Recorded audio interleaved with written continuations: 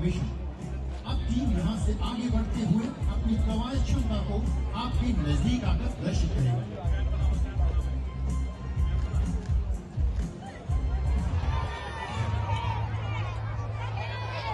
आंख में वो ना लगे, आंख में वो ना लगे।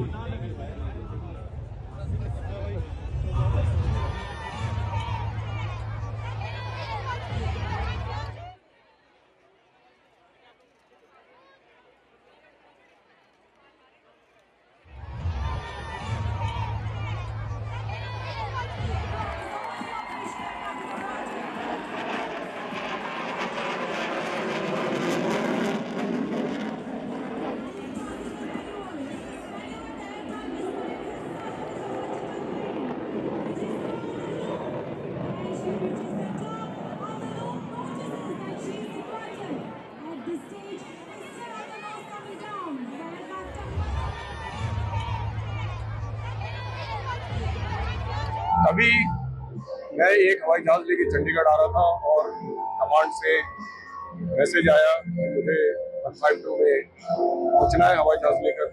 मैं यहाँ पहुंच गया और यहाँ पूरी तैनाती करके हवाई जहाज को तैयार करके मुझे मैं अपनी टीम के साथ श्रीनगर लॉन्च कर दिया गया। वहाँ जहाँ पहले ही दुश्मन को चक्के छुड़ाने के लिए हमारे सैनिक तत्पर ललारू लड़ाई में लगे हुए थे, वो एक मुझे फिर मौका मिला। हालांकि जब तक मैं वहां पहुंचा ऑपरेशंस तकरीबन खत्म हो चुके थे और भारतीय वायुसेना ने और भारतीय सेना ने जीत तकरीबन हासिल कर ही ली थी। उन्हीं यादों में उसी वक्त हमारे 4 वायु योद्धा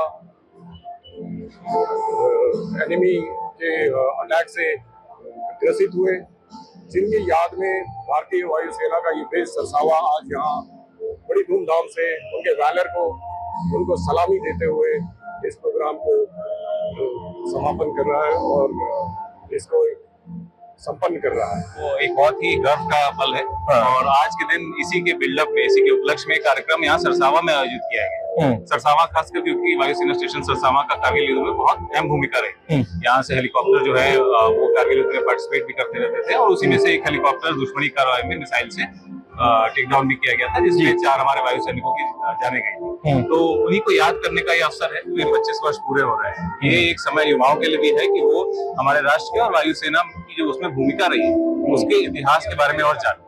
तो हम चाहते हैं कि इस कार्यक्रम के माध्यम से, और इस तरीके के कार्यक्रम राष्ट्र भर में हो रहे हैं, इसके माध्यम से युवाओं में एक रुचि जागे वायुसेना के प्रति, राष्ट्र के प्रति। खासतौर पर आप देखिए सुखोई यहाँ पे नजर आया। सुखोई वायुसेना के लिए एक बहुत अहम विमान है। सुखोई ने कई कर्तव्य भी दिखाए। साथ ही में जैगवार लड़ाकू विमान नजर आया। उसके अलावा जो बाकी टाइप्स ऑफ एयरक्राफ्ट है, जैसे हेलीकॉप्टर्स, यहाँ पे Mi-17 हेलीकॉप्टर और इसके अलावा अन्य ऐसे कई विमान, ट्रांसपोर्ट एयरक्राफ्ट, वो भी नजर आए।